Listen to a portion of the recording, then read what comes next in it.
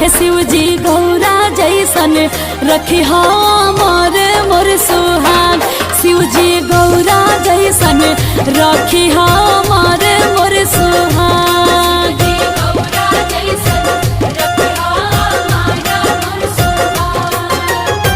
निर्जल उपास करी तिजते बहार इहे मांगी आशीर्वाद। हे शिव जी गौरा जैसन रखी हमर मोर सुहाग। शिव जी गौरा जैसन रखी हमर मोर सुहाग।